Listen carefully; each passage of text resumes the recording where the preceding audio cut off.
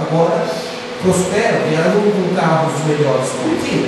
O pastor prospera com uma mão? Porque a burguesia prosperou. Porque a Josefinha vendia 3 cachorros, agora ela vendia 3 cachorros-quentes no final de semana. Agora a Josefinha, debaixo dessa operação de glória, cumprindo os princípios de dízimo, oferta, receita e semeadura, ela vai vender 300 cachorros-quentes. Então toda a igreja prospera, toda a cidade prospera, todo o território é transformado. E até mesmo o ímpio que não veio para a igreja vê que aquele buraco ali era cheio de lixo e agora está cheio de asfalto.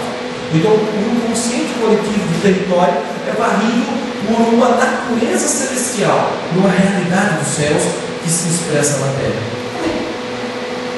Isso é tempo de refrigério, mas vai dar o tempo da restauração de tudo, o milênio, quando a igreja vai se manifestar na sua potencialidade. Amados, a história dos avivamentos é uma história de refrigérios. É uma história dessas ondas de glória, dessas ondas de unção, dessas ondas de visitações. Primeiro, o movimento de divisão da igreja é o movimento ortodoxo sírio. Existe essa ruptura do catolicismo romano, que eu chamo de primeira seita da história, e logo depois a igreja passa por um fragmento com a ortodoxa síria. Isso é algo em torno de 1450, 1500. Lá, com o surgimento da igreja ortodoxa síria, existem 2 papas, o do Oriente e o do Ocidente. Mas não muda nada, e teologicamente não muda nada, e doutrinariamente não se corrige nada. Simplesmente por uma guerra de poder e vaidade se pulveriza o poder. Mas o que mudou na doutrina do catolicismo romano do Vaticano para o catolicismo ortodoxo sírio? Nada. Então isso não é um avivamento. Isso é apenas um engodo para mascarar uma guerra de vaidade de poderes religiosos. Mas logo depois desse movimento ortodoxo sírio, aí sim temos os primeiros sinais de refrigérios, primeiros tempos de refrigério, primeiras ondas de avivamento, tentando trazer a igreja de volta ao seu projeto original, o movimento de reforma. 1500, muitos líderes como John Hus, Melanchthon, Lutero, Savonarola, são agentes catalisadores que Deus usa naquela época, naquele período geográfico, naquela dispensação de tempo, para preparar a mente das pessoas para uma reforma protestante. E essa reforma protestante é o céu se conectando com a terra. É uma janela de glória que traz crescimento, expansão e deixa alguns legados que nos abençoam até os dias de hoje.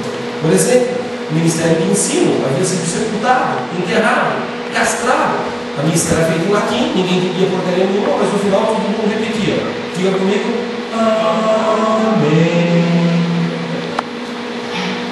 Então, Lutero e outros reformadores, como Calvino e, enfim, Pietro, se levantam e dizem: não, temos que traduzir a Bíblia para o idioma do povo, temos que ensinar o povo a ler a Bíblia, temos que jogar as superstições da tradição oral da igreja no lixo, temos que voltar somente para as Escrituras, somente para a palavra, somente para o que é canônico e inspirado por Deus. As bulas papais são falíveis. E a igreja começa então a passar por uma reforma. Basicamente, a ideia de que você não será salvo pelas obras, por autoflagelação, e nem vai comprar um barraquinho no céu pelo esmola que você pratica na terra. Mas você é salvo única e exclusivamente pela fé. E pela fé, não para ser salvo, mas porque já foi salvo, a expressão de gratidão você fará boas obras. A salvação pela fé, o visto de virar pela fé. Bases e legados de revelação do Espírito que tentam botar a igreja de volta àquela expressão original em que Pedro curava com a sua sombra e Dorcas ressuscitava os mortos, Paulo expulsava demônios e curava enfermos com o ressuscitado cheio de sombra. Logo após o movimento de reforma vem o movimento evangélico ou o movimento evangelístico, 1600. Após o movimento de reforma, surgem muitas igrejas, surgem muitas máquinas administrativas. Os historiadores chamam de primeira reforma, segunda reforma, terceira reforma. Surgem ali então os presbiterianos, os pietistas, surgem os menonitas, surgem os luteranos, surgem mais tarde os batistas e tantos outros movimentos como os calvinistas e os arminianos. Toda essa turma teve a sua função. Alguns erraram mais, outros erraram menos. Alguns acertaram mais, outros acertaram menos. marcaram o gol, outros chutaram a trave. Mas o fato é que agora a igreja estava organizada e mesmo no movimento de reforma, a igreja não se desligou do Estado. A igreja não foi feita para comer financeiramente da mão do Estado. A igreja foi feita como um organismo vivo para ser independente do Estado. O movimento de reforma, de igreja luterana até hoje na Alemanha. Ninguém traz dízimo e oferta no gasofilácio. Eles pagam no imposto de renda e o dinheiro vem para o governo para manter os pastores. É uma zona de conforto. Não falta dinheiro para eles pagarem a universidade dos seus filhos. Mas também eles não têm autoridade profética para pregar aquilo que o Espírito manda. Eles pregam aquilo que o atual partido político que está no governo acha conveniente. Agora a igreja começa a romper com essa estrutura.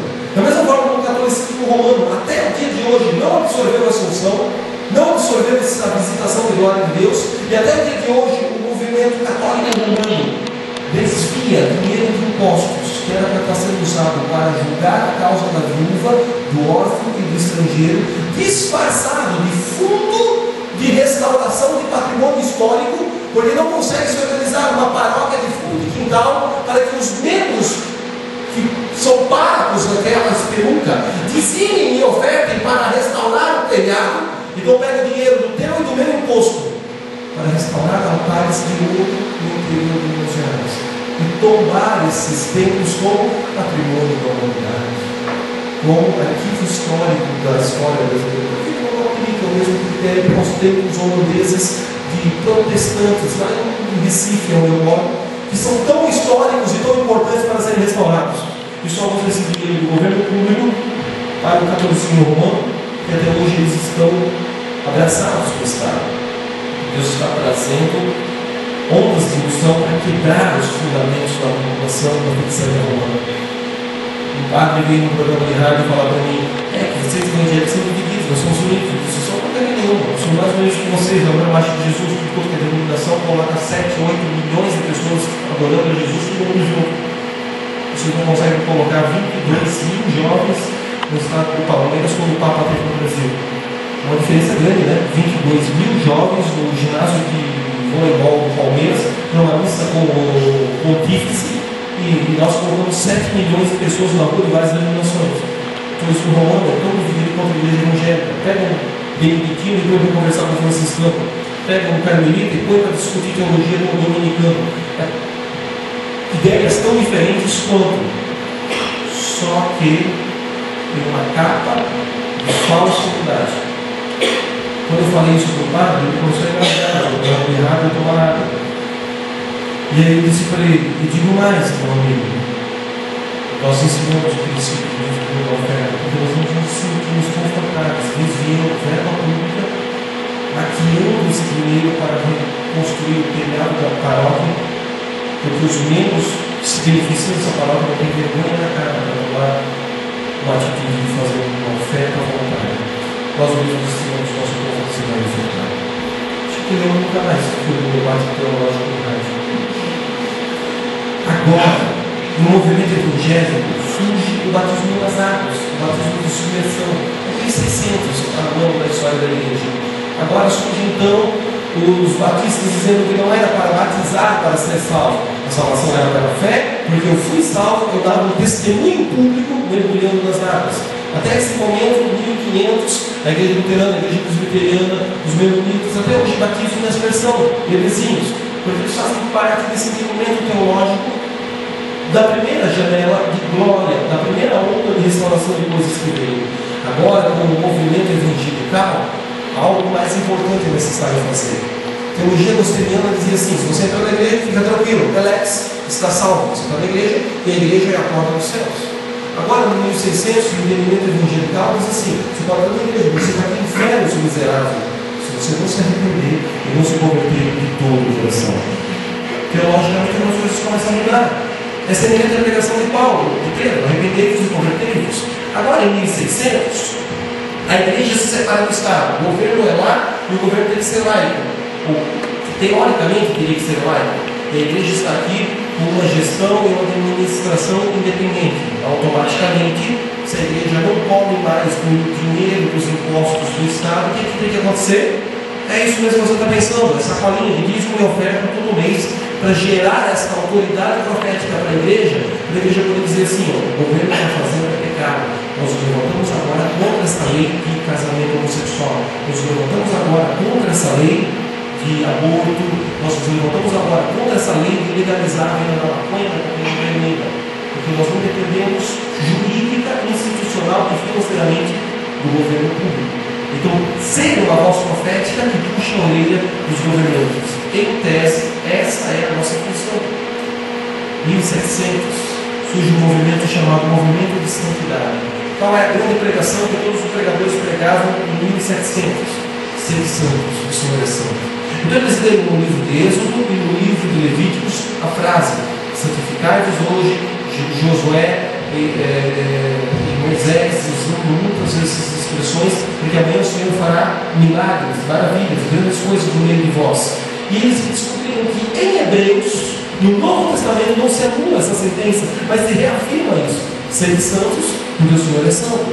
Então surge o movimento de santidade. Ora, quando o movimento de santidade nasce, na sua origem, é uma coisa linda, é uma coisa de Deus, uma coisa bíblica. E cada uma das visitações e equipamentos de Deus sempre vai ter assim, ó, Deus trazendo o novo e o diabo usando os seus instrumentos para descredibilizar a novidade que Deus está fazendo dentro da igreja daquela era, daquele século, daquele período de tempo.